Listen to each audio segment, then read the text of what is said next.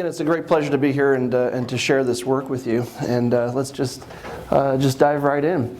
So today, both Dr. Fairbanks and I will be describing the discovery of the tomb of the Priestess of Chornancap on the north coast of Peru in the Lambayeque Valley. So I'd like to begin by describing some of the cultural history and some of the background that is involved in the context of this fairly historic discovery. I'll then move into describing the archaeology and the organization and the contents of the tomb itself. And then I'll turn it over to Dan to describe the technical, anatomical, and artistic aspects of the reconstruction and, if you will, the recovery of the identity of this individual. So this is the area that we work in, the north coast of Peru. It is ecogeographically, arguably, a very unique area of the world. The coast of Peru is punctuated by about 40 different river valleys that drain from the Andean mountains into the coast. And on the northern north coast of Peru, you really do have an unusual clustering of these valleys. And it was really in these sequences of valleys, these river drainages, that civilizations began to develop and take hold more than 10,000 years ago. And really, physiogeographically, there's also a couple of the unique things to think of here. This coastal region, which have these life zones, if you will, this coastal region is essentially sandwiched between the Andes Mountains. We're about 6.5 degrees south of the equator, sandwiched between these incredibly imposing mountains and this incredibly vast Pacific Ocean. So one of the results here is that you have a lot of solar heating of the landmass. The ocean is quite cold, actually, even though we're equatorial. It's the Antarctic current that comes up from the south. So you have the tremendous temperature inversion that prevents rainfall. And so for about the last 15,000 years, the north coast of Peru has been a steady state desert environment and really one of the driest places on Earth. And of course, let me just go back. But the area that we're working in is right here on the far northern north coast, the Lambayeque Valley, which contains an unprecedented 5 rivers that together really contain about 1/3 of the entire coastal population of Peru at its height, and also about 1/3 of the agricultural output of the entire Peruvian coast. So this place was actually an economic powerhouse because of these factors. Andean, the roots of Andean civilization can go back probably 13,000 years before present, to about 12,000 years before present. Really, the population and the peopling of the Andes appears to occur in the late Pleistocene, actually. And we really do recognize, in terms of global archaeology, the Andes of Peru is one of the 7 independent centers of human civilization that developed with no influence from any outside sources. So far, the archaeological picture appears to portray a fairly long and extremely complex process of domestication of plants and animals, the emergence of socio-political complexity, the origins of tribes, chiefdoms, states, and empires that rise and fall throughout this period of time. And so, of course, many of you might think that when you think of Andean prehistory and ancient Peru, you may think of course, the Inca. And the Inca, of course, were a flash in the pan. They were one of the very last cultural developments to ever emerge on the coast of, or actually in the Andes itself. But the north coast of Peru was really the other center of cultural development. So if the Inca emerge and thrive in the South Highlands of Peru, the north coast of Peru is actually a completely different region, completely different set of cultures, ecologies, languages, and traditions. So this is actually a very important realization to make here. Now, one civilization to discuss very briefly, I could spend, an entire semester probably doing lectures on the Moche. A couple of you know this, some of my former students here. But the Moche civilization was really is an important touchstone to understand our discovery today. The Moche culture thrived from about AD 100 to 750, 800. And At some point, we do believe that they reached the first sort of state-level society to emerge in the Andes, maybe around AD 550. This was a very complex civilization composed of priests and politicians, fishers and farmers, llama herders, artisans, weavers, and many other different types of folks that were integrated into the Moche economy. The Moche, of course, is very, very well known for its extraordinary and exquisite artistic system, which really in the human tradition only goes, only the Greeks really surpass the Moche tradition in terms of narrative art. Now, one aspect of Moche that's very important is that we know that inside of Moche civilization there was a very powerful group of women, especially towards the later part of Moche civilization. This was a priestess class, or sometimes we refer to them as like a cult, but sort of on an organizational level, a sort of cult level, not a state organization, but something a little bit less intense. But this was the priestess cult of the late Moche era that we see depicted in the art. So for example, I have some replicas here that I brought back with me from Peru. This is a famous replica. It's a rattling goblet. And of course, it has pictured on it one of the famous Moche representations of the priestess holding the very same goblet that in other scenes, these women were probably shamans, but they were also life givers, but also life takers. This is the goblet that's associated with the very famous Moche sacrifice ceremony. These goblets were most likely containing human blood. Other examples of female priestesses in Moche art. Here's a replica of, again, a late Moche vessel with the priestess depicted riding the crescent moon. And of course, from the representations here and the linkages in the art, over 100 years of study of Moche art has indicated that these priestesses were linked to the moon, the sea, water, sacrificial blood, and very importantly, this shell, which is called spondylus. This is this sort of blood red, unique, rare Ecuadorian shell. So it doesn't come from Peru. It's an exotic item. And this is also, for instance, these shells, these thorny red oysters, spondylus, considered to be very important and linked to the priestesses of Moche times. Following the political collapse of the Moche, another civilization emerged called the Sicán. And the Sicán were a powerful pyramid-building, theocratic, state-level civilization from about AD 900 to 1100, 1120. They were centered also in the Lambayeque region of north coast Peru. They brought the Bronze Age to this part of the world. They are, of course, renowned for their gold work. And they controlled most of the north coast, arguably not through any form of conquering or military or coercive force, but through economic influence. So we kind of call this, if you want to Latinize it, it's the peace of the Sicán, the Pax Sicanae. So a very, very peaceful period of time.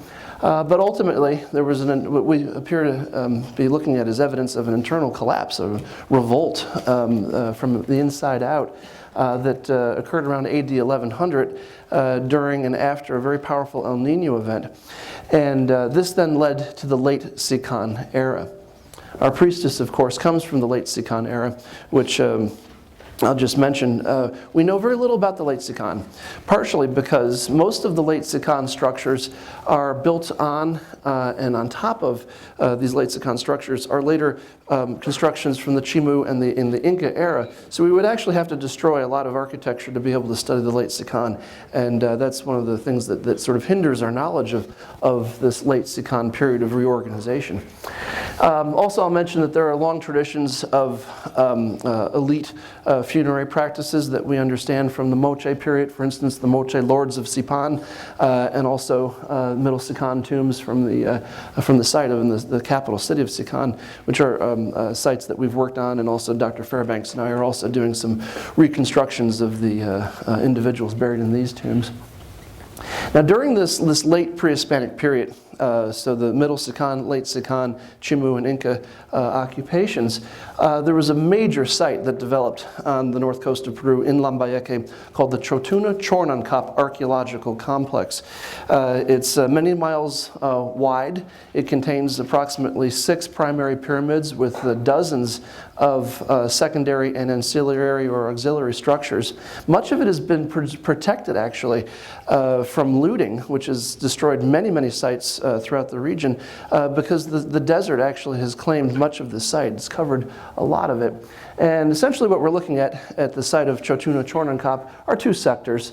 This to the east is known as Sector 1, the Chotuna sector, with the Waka Chotuna, or the Pyramid of Chotuna, the Waka de los Frisos, or the Waka of the Pyramid of the Friezes, where there is some very famous sculpture that's been done there. Waka Susi, which is mostly buried. We're just starting to excavate there. Waka de los Sacrificios, which is a sacrificial site that we've worked on since 2009, 8 actually.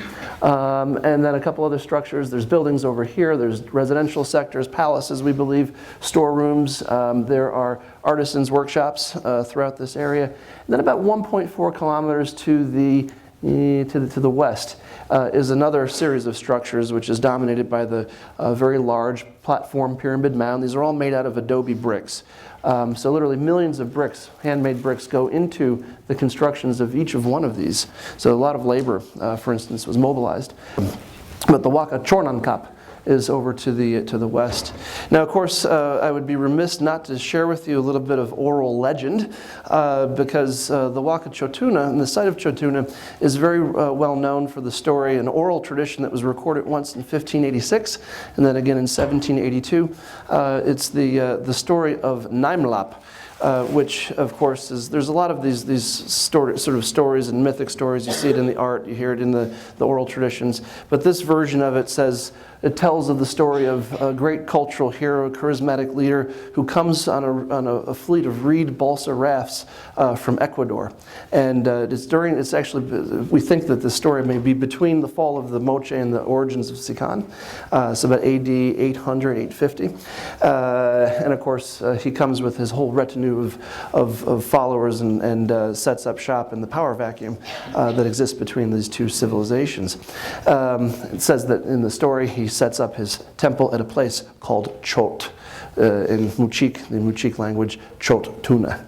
Okay, so yeah. But of course, a couple people have tried to look at evaluate the archaeological veracity of the story, whether or not it's true or not. They've never really tested it as a hypothesis, so we really don't know. In fact, there's more evidence to indicate that this is, of course, a deep oral myth and mythology. But of course, science, well, we might be wrong. So we'll see. This is a very interesting possibility, though, in the future, to try and test this hypothesis of the actual literal truth of the matter here. So this place may be the great Temple of Chot. This is what the site looks like today. It's covered in extensive sand dune formations and sort of scrub tropical desert trees, such as the algarrobo and the vichayo trees. And you can actually see here, I don't know how well it comes out, but see that little dot right there is a person. So you get a sense of the size of these structures. These are massive temple structures. Now, this site's been known to archaeologists for at least 100 years.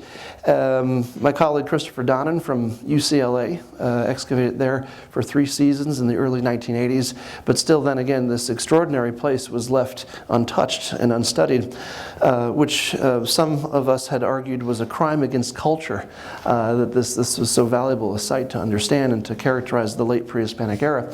So, beginning in 2006, my Peruvian colleagues at the Museo Bruning in Lambayeque began a sustained, long-term study of the Chotuna site. The effort has been led, of course, by the director of the museum, Carlos Wester, and other archaeologists such as Marco Fernandez and Fausto Saldana. Fausto is a very positive person, so a thumbs up. All right. So some of the reconstructions now from the work that's been done. These are isometric 3D reconstructions of the Waka Chotuna. This is the Waka de los Frisos, smaller pyramid to the north.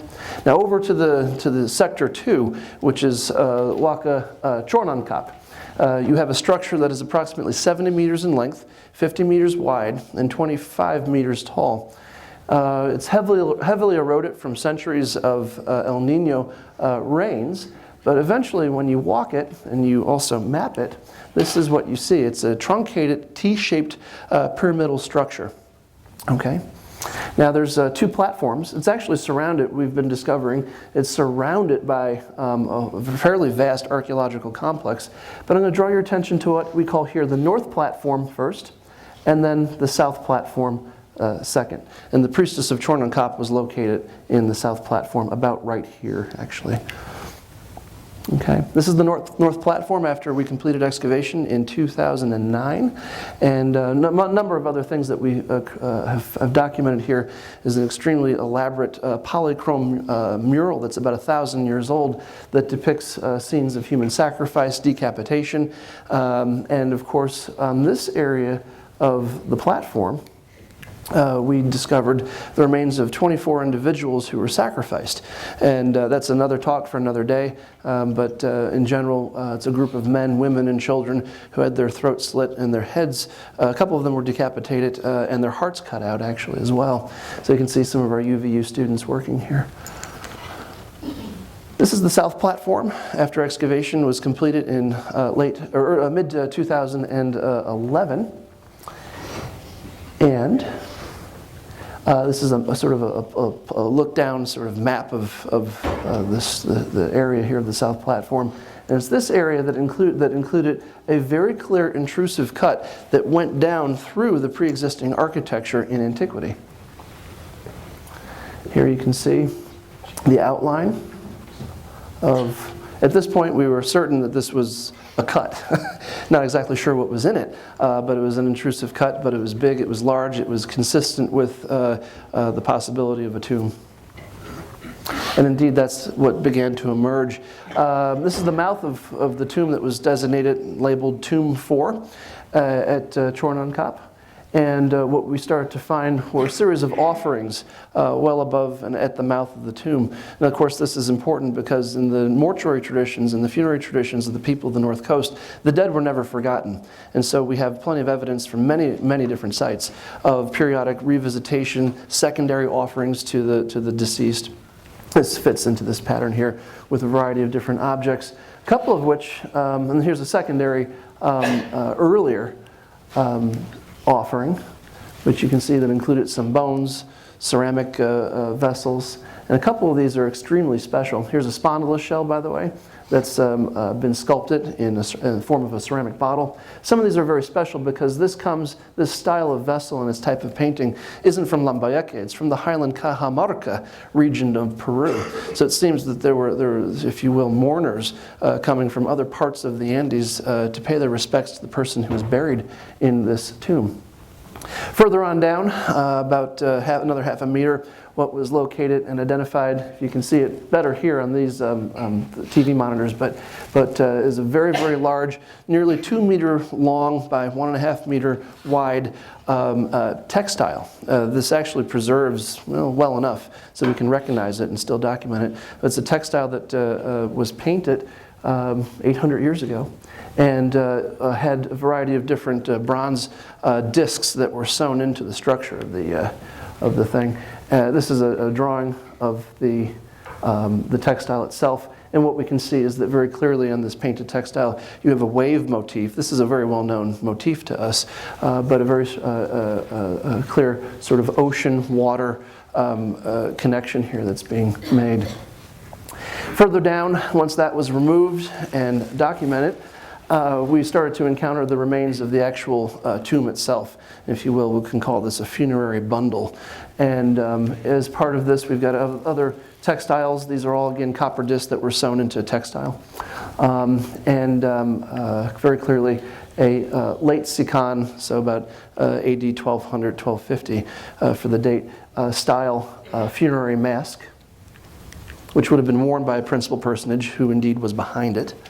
The individual was wearing, well, how shall I say, there were 7 people inside the tomb, and at least 2 camelids, llamas for English speakers, that were also present in the tomb. But the principal personage, the person that was at the center, the focal point of the burial, was wearing all of the accoutrements that they probably had. And this was an extremely sumptuous sort of funerary setting. So this individual was wearing a pectoral necklace. For instance, these are worked out of the Conus fergusoni shells that occur in this area. It's a very high status type of object.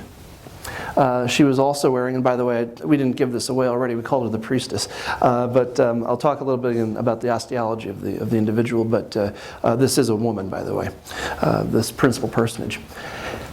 She was also wearing a number of other necklaces. In fact, when you take these different drilled beaded necklaces and you tie them together, you can also create very, very large pectoral necklaces that are single pectoral pieces that contain tens of thousands of handmade beads. And that's what you're seeing here, the disintegrated remains of an extremely elaborate pectoral. She was also buried wearing, wearing a pair of ear spools, but also a number of other ear spools were placed by her head.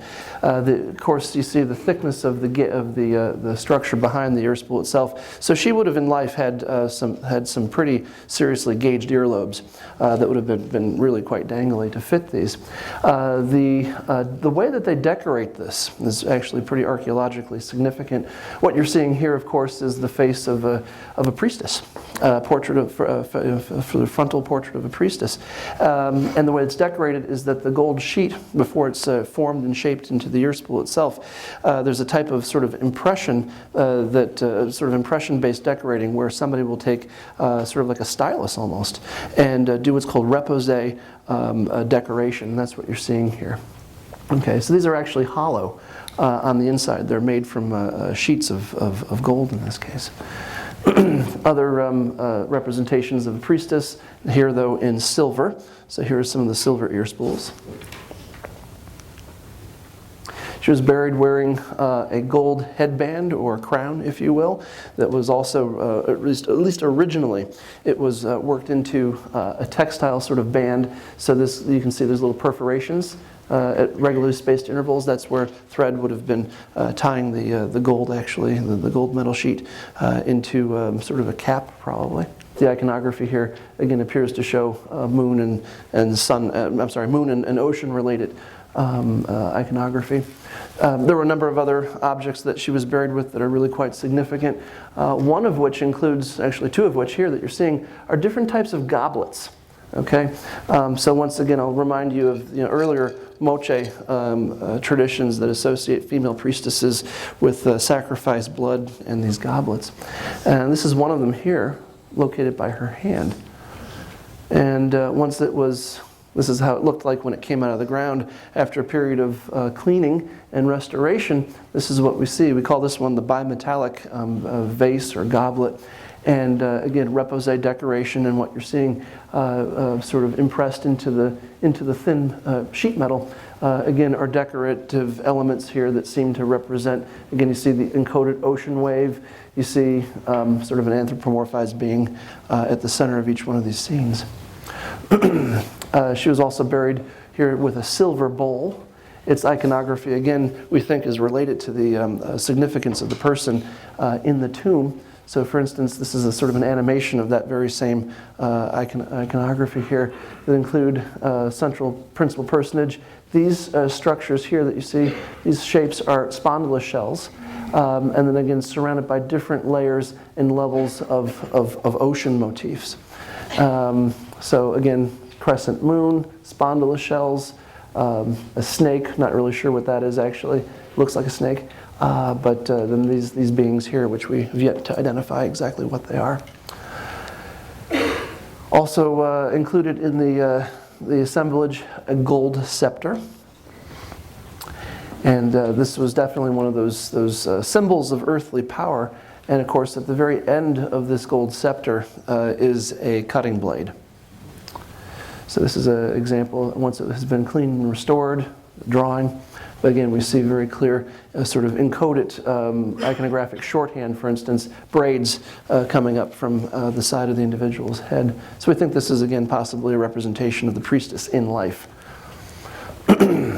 Also, another very interesting set of items buried with her. You've got essentially these sort of cone head, I don't know what else to call them, but sort of these cone head anthropomorphized figurines that, again, was part of a necklace that she was wearing. And here you can see her left arm, wrist, and then hand. Right around the wrist was a series of essentially, again, made from gold sheet, but you have what was reconstructed, quite clearly a bracelet. And then, one thing that really kind of blew our minds were offerings from Ecuador. These are not produced in the north coast of Peru, nor are they part of the iconographic sort of canon that existed at this period of time anywhere near Lambayeque. But these are Ecuadorian.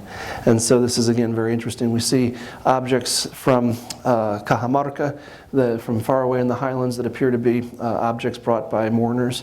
Here are other objects inside the tomb itself that may indicate that she had a connection somehow, some kind of biological or cultural connection to coastal Ecuador. Maybe they're just simply exotic items that were considered to be very important, kind of the sort of things that elites have in life and bring with them in death. We don't know yet. But this is, again, something that we consider to be extremely important, possibly even a marker of identity. So in May of 2012, we got our first look at her in 2011. In 2012, the excavation was continuing, and here we were asked in May of 2012 to begin to examine and then remove the human remains, because as a bioarchaeologist, that's really one of our specialties with myself and our students here. In fact, Steve Naw, who you see right there in that picture, he's joining us today. So it's good to see you, Steve, and Alexis Meeks. And so essentially this is what we have. All of the precious metal objects, all of the material culture has been removed from the tomb at this point, and what remained for us were the remains themselves. And what was really quite frustrating to us is that here in the desert north coast of Peru, we happened to find the one place that was in the water table. I don't know how that works. We have terrible luck, perhaps. But unfortunately, there's a pretty high water table in this area. And over time, we've had water tables go up and go down and go up and go down over the centuries. And so this sequence of getting the bones wet and then drying them out and then moistening them again and then they dry out again usually tends to lead to fairly poor preservation. However, because we're bioarchaeologists and we know our human anatomy and we know our skeletal anatomy pretty well, even small fragments can be extraordinarily telling and reveal a great deal about the people that were buried here, their lives and their civilizations.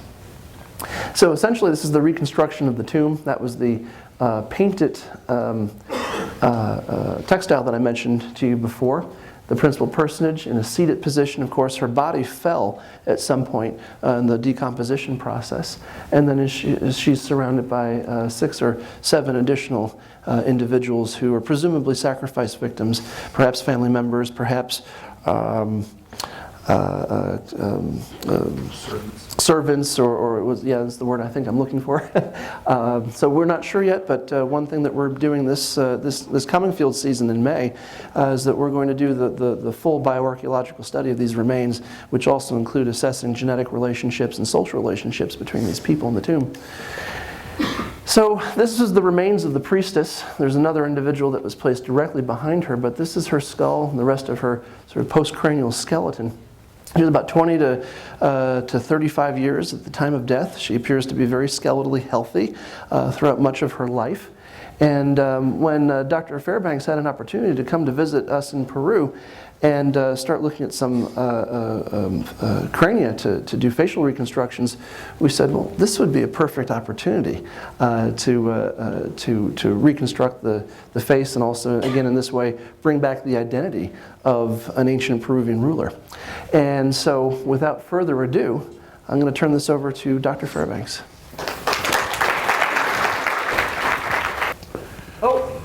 Missed one. I don't even know my own talk. So the idea, however, though, the story of the priestess is not over. Quite frequently we would find just the simple tombs with nothing underneath them.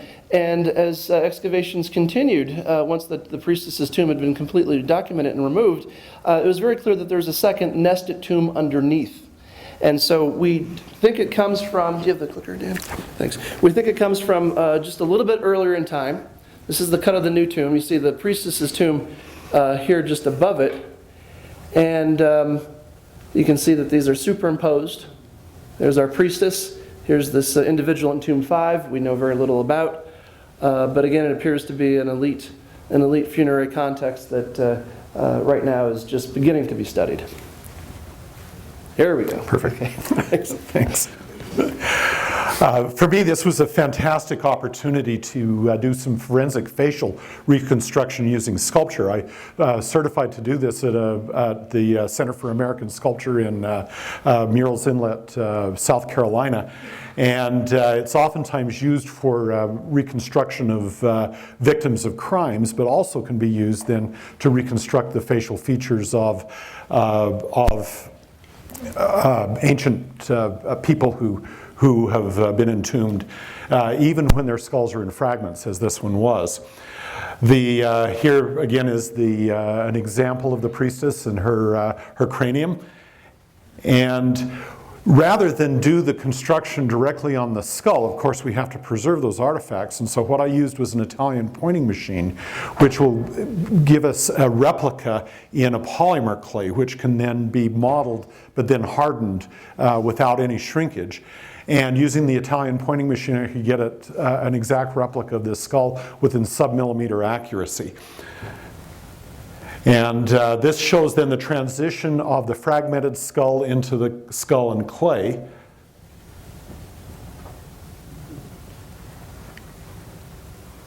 And then we add to it prosthetic eyes to give it a very lifelike feel with the eyes.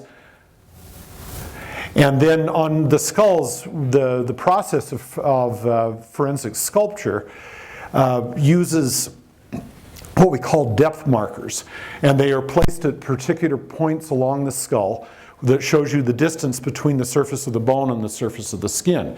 And so here's the skull with the various depth markers attached. The next step then is to add each of the muscles. These are the temporalis muscles, the masseters. These, by the way, are the muscles that allow you to chew so that when you bite down, those muscles contract.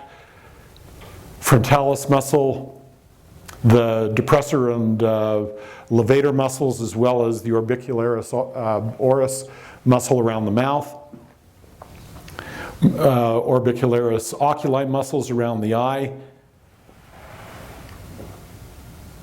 And then one of the interesting things about this skull, this is not the skull of the priestess, but is typical of skulls of this time, is that if you look at this point in your skull, in most people it goes fairly far back.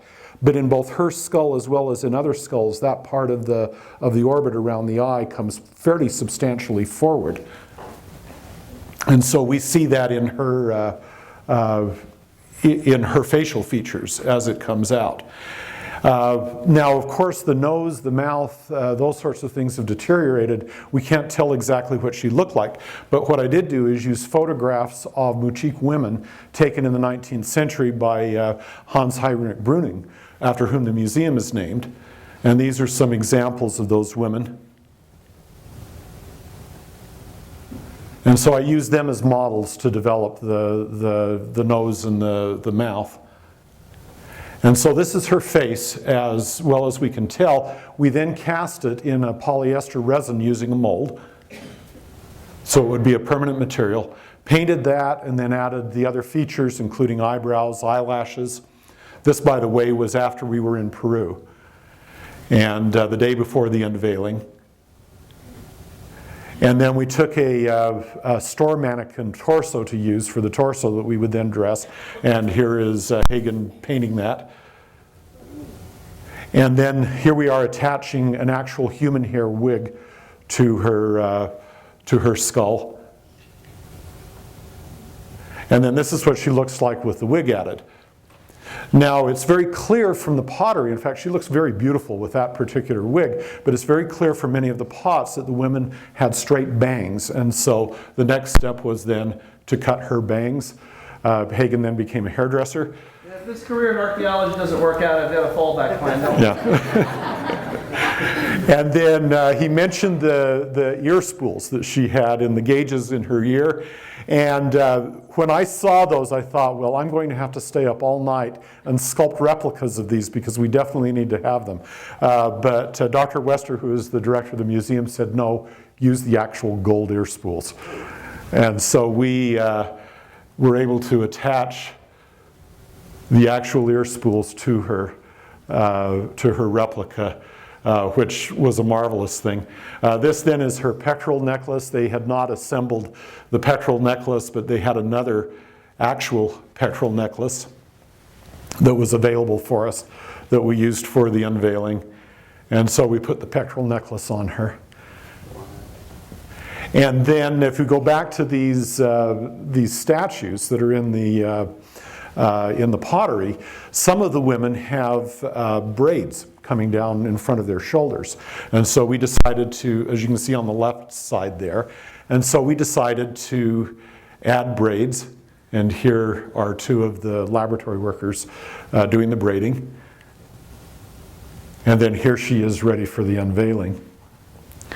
Then during the unveiling ceremony, we had a large number of individuals, government officials, members of the public, and then a large number of reporters from the press who had come to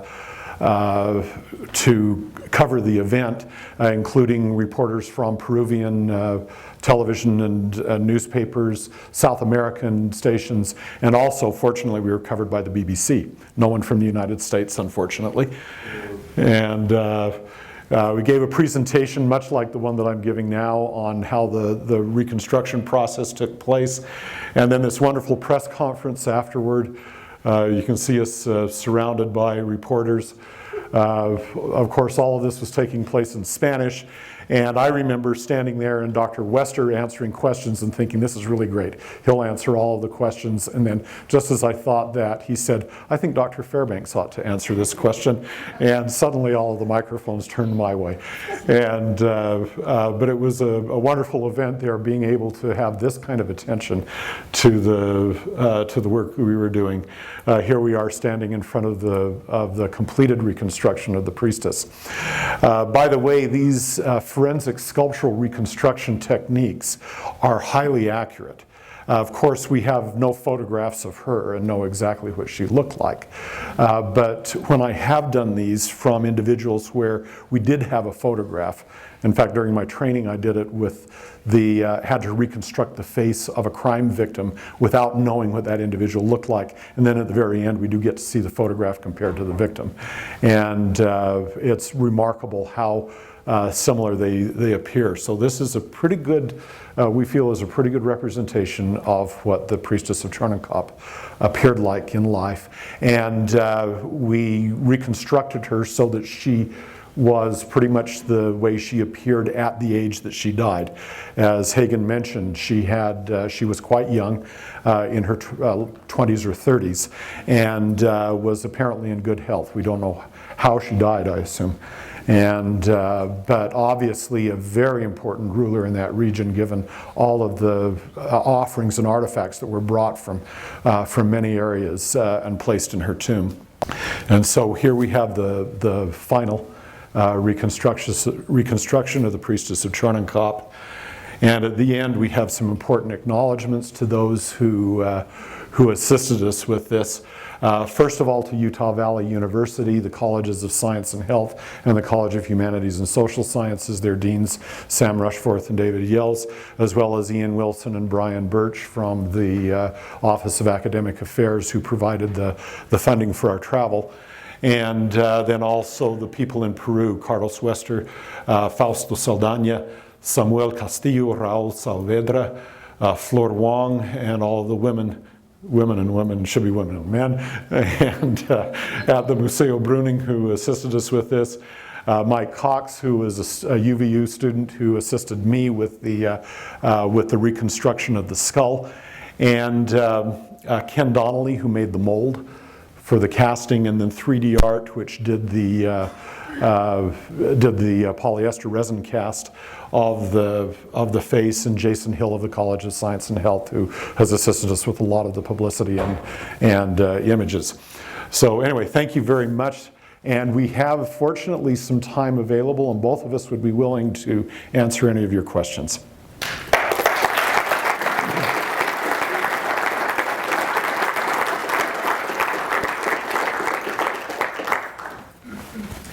I fell off the face of the earth. I'm not aware. When did you guys do the final This past December. press conference? This past December. Okay, very good. Yeah, it was, what, December 11th, something, mid-December. You were in Peru. Great. So very recent. I was thinking that it was Sicán with a P. There's two different sites. The site of Sicán with a P is a very famous Moche burial site. Thank you. And there's also another site that's located called Sicán with a C. And they're both different variations linguistically of Sicán in Muchic language, which means the house or the temple of the moon. But Sicán is a distinct civilization. Sicán is Sicán is a distinct civilization. Sicán is a Moche site.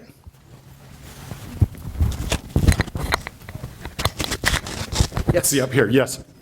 What is your theorized significance of the person who was buried in the fifth chamber under the princess? Do you believe that there could be a significance as a ruler themselves? That's why she was buried on top, or?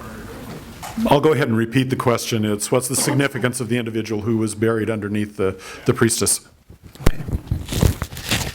Well, this person in Tomb 5 who's buried underneath the priestess is a little bit earlier in time. The priestess is later in time. Also, when we look at places like Sicán and also at the tombs of Sicán, funerary placement, especially for the elites and the lords of these civilizations, it's about family relationships. It's about kinship. It's about maintaining power within specific royal lineages. So if we have to, start hypothesizing, which we already are, the idea is that it's very possible that this person is a family member or member of the same elite royal lineage. But of course, the very exciting thing would be if we found something completely different. So we'll see. Sometimes it's where the puzzle pieces don't fit that's the most important and most scientifically valuable. You said with some of the artifacts left in the tomb that appear to be Ecuadorian and then also high Andean indicates people coming from those areas to pay respects. Could it also indicate trade routes? Go ahead and repeat the question. Okay, the question is, with all the different types of objects from different parts of the Andes, northern Andes, north central highlands, from Cajamarca, could it be trade routes? And absolutely, yes, that's very likely. We do know that these areas were in contact with each other, at least for trade, and probably also water rights that the coast needed, that the highlands had, access to highland water and irrigation canals and systems.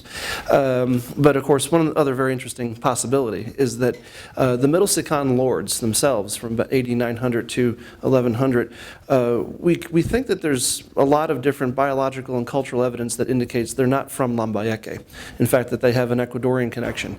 And when the revolt happens and the site of Sicán is burned to the ground and destroyed and abandoned overnight, these elites appear to disappear off the face of the earth. Now, of course, here's another elite individual from immediately after, in the late Sicán period. Could this person still be a member of that original Middle Sicán elite lineage or lineages? We don't know yet, but we're on the way to trying to find out. George? The people buried with her, was it considered an honor for them to be buried with her, and how did they kill her? This is, I've got a chapter actually in one of the books that I'm editing right now on ritual killing that deals with retainer burials, such as what you're seeing here. And in almost every case, no matter where we're looking at and what different periods of time, these retainers do not have any of the evidence of extremely violent sacrifice and mutilation that we see in other sacrificial contexts. So we think that they're possibly poisoning them. They may be strangulated through asphyxiation, ligature, gentler ways.